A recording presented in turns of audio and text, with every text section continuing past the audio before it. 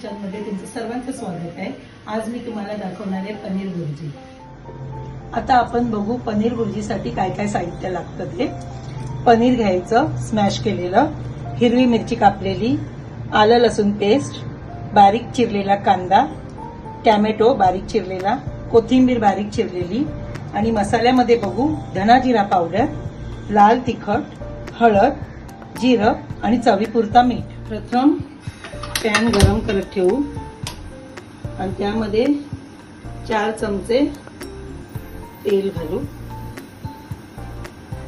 तेल गरम झालं की 4 चमचे माप घेतलेलं आहे। तेल गरम झालं की त्यामध्ये बारीक चिरलेला कांदा कापू। तेल आता चांगलं गरम झालं,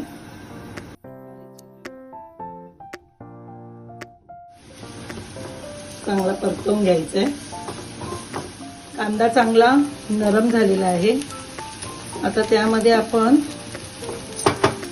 टोमॅटो घालू। टोमॅटो चांगला परतवून घ्यायचे, चांगलं नरम होऊ दे टोमॅटो पण। टोमॅटो चांगला नरम झालेला आहे, एक जीव झालाय कांद्यामध्ये। आता हिरवी मिरची घालू। हिरवी मिरची चांगली परतवून घ्यायची आहे। 1-2 मिनिटं परतवली की आलं लसूण पेस्ट टाकायची। ती साधारण 1 चमचा आहे। थोडा गॅस बारीक करते। आलं लसूण पेस्ट चांगली परतवून घ्यायची।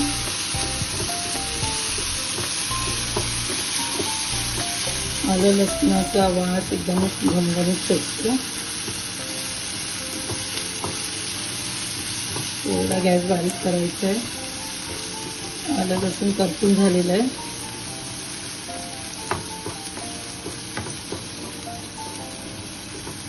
आता यामध्ये आपले मसाले घालूया।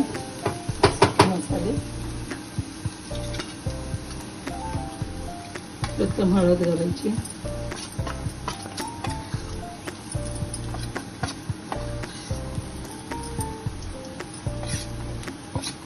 थोडंसं जिरं कमी घालायचं।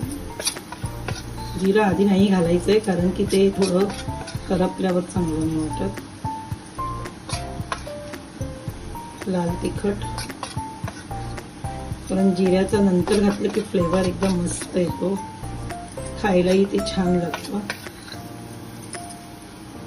धना जिरा पावडर, हे सगळं 1-1 चमचा आहे प्रमाण। आणि चवीपुरता मीठ। हे सगळं छान परतवून एक जीव करायचंय। छान खमंग सुटलंय एकदा।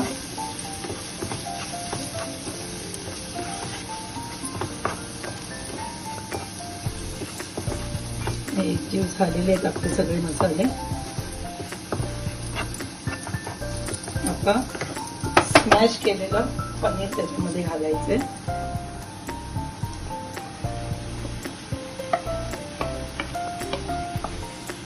याने 100 ग्रॅम पनीर घेतलेलं आहे।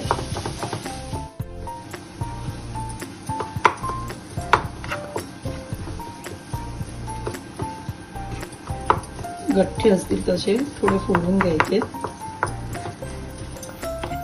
थोडा वेळ 2 मिनिटं ह्याच्यामध्ये झाकण मारून ठेवूया आपण।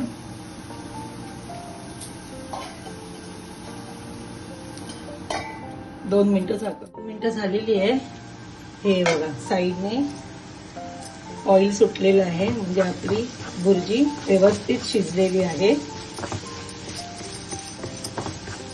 शिजले की कसं कळायचं तर बाजूने ऑइल सुटतं, याचं तेल सुटतं। आता थोडी याच्यावर कोथिंबीर, बारीक चिरलेली कोथिंबीर टाकायची। ही झाली आपली रेडी पनीर भुर्जी।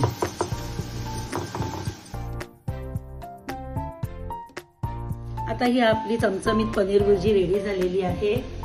सगळ्यांना ही कशी वाटते ती मला सांगा कमेंट्समध्ये. माझ्या चॅनलला सबस्क्राईब करा, लाईक करा आणि शेअर करा. धन्यवाद.